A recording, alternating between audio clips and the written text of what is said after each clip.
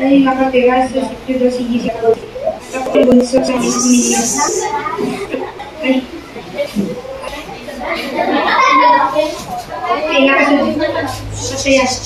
ang pinakamasayang pangyayari sa aking buhay ay kilala ko ang mga kaibigan ko. At yung nagbakasyon kami ng pamilya ko sa hindi ako dahil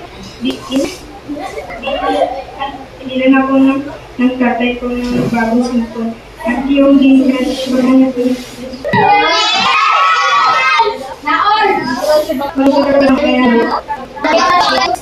ko kasi bigyan ako ng habang nagbabike. Nalungkot ako kasi palagi natawa ang mga sila ko. Nalungkot ko kasi sinaktan ako ng tatay ko pag-ubo.